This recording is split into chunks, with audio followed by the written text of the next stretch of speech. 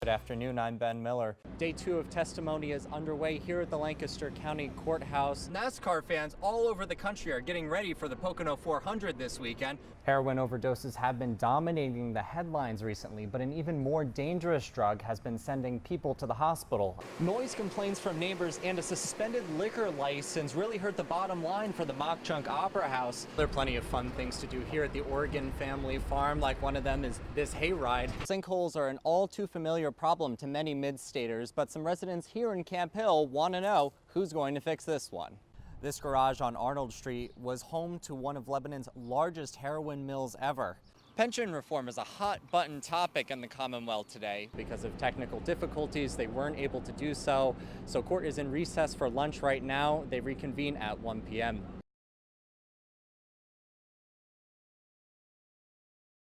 Day 2 of testimony is underway here at the Lancaster County Courthouse in the trial of Ellsworth Rich Bowden. Bowden stands accused of attempted murder and other related charges in the September 2014 brutal stabbing of Annika Horn. Horn was cross-examined by the defense this morning after testifying yesterday.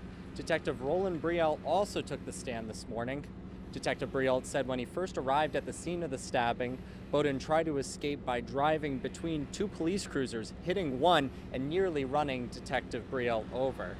Now, they also tried to show footage this morning of the Lancaster Coalition cameras, but because of technical difficulties, they weren't able to do so. So court is in recess for lunch right now. They reconvene at 1 p.m. That's the latest here at the Lancaster County Courthouse. I'm Ben Miller, News 8.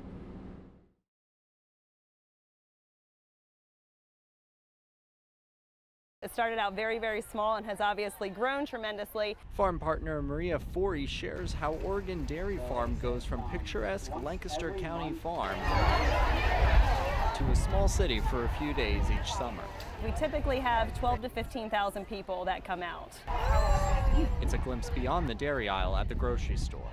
It's an opportunity for people to come onto the farm to experience a real operating farm. We scoop it up with the loader. In addition to the farm store's solar panels and the composting facilities, the farm's methane digester takes waste from this guy and turns it into so much energy that it powers the entire farm.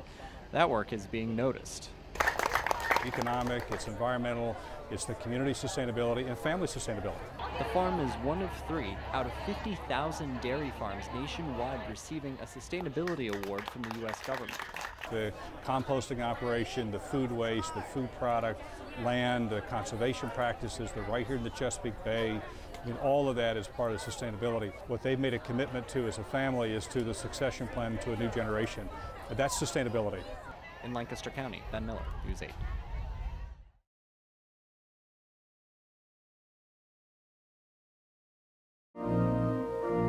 And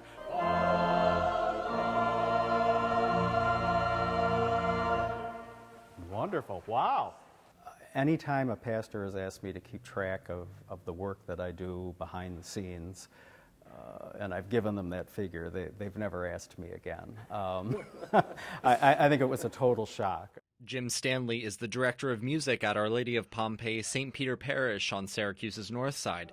With the biggest feast on the Christian calendar, Easter, approaching, Jim is hard at work with the choir and other musicians preparing music for several liturgies. Holy Week is the busiest time of the year for Jim, especially this year. Because of wintry weather, he had to cancel several rehearsals. So much time goes into planning the music for big celebrations like Easter that many of Jim's original plans had to be reworked. At this point, everything is just about ready for the Easter Vigil held on Saturday evening. Okay, I don't want to tire you. That's good. It's the holy day of the year. What Sunday is to the week, I believe the Easter Vigil is to the entire liturgical year. While Jim has prepared Easter dozens of times in his 30 years at the parish, it doesn't get old or boring. It's my ministry.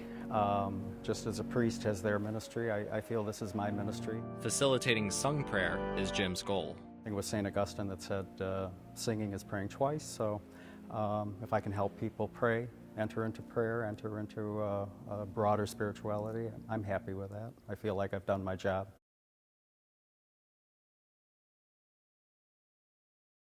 It was this time last year in April when residents of East Syracuse came out and voted to abolish their police department and share police services with the town of DeWitt. The effort to push consolidation is good, and I'm a fan of it, and this was a success. Town of DeWitt Police Chief James Hildman says the response has been positive from both the police officers and the residents of the East Syracuse-DeWitt merger. The chief says East Syracuse residents are still getting the coverage they're used to. Compared to the others, they're getting great police service because they get one officer for this small area, and maybe the south part of town might get one officer for a much larger area. DeWitt took on East Syracuse's 5 full-time officers as part of the shared police coverage plan. The town created a new post in the village which helps them streamline police coverage across the region. East Syracuse is right in the middle of the town's jurisdiction, but some residents still aren't happy. I hardly see the police at all. Kim O'Brien is a board member of the Friends of the East Syracuse Police Department. Their Facebook page is frequently updated with news about recent crime in the village.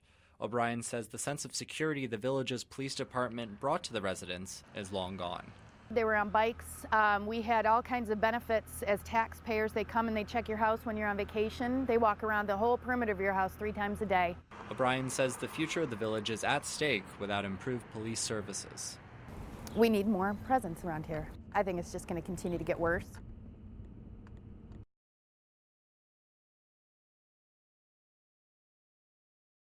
Budget talks in Harrisburg have stalled since the governor's full veto 37 days ago, with some major issues still standing in the way. Smoke could be seen for miles in the Schnecksville area of Lehigh County today as the State Game Commission held controlled burns.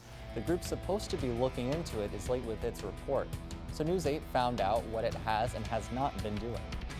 Upgrades are needed at Lehigh County's Cedar Brook Nursing Home. Right now, officials say it's a matter of should they rebuild or refurbish. A truck fire shut down a busy Lancaster County road. News 8's Lancaster County reporter Meredith Jorgensen joins us live from Penn Township. The world's largest free music festival kicks off tomorrow in downtown Bethlehem. Music Fest returns for its 31st year.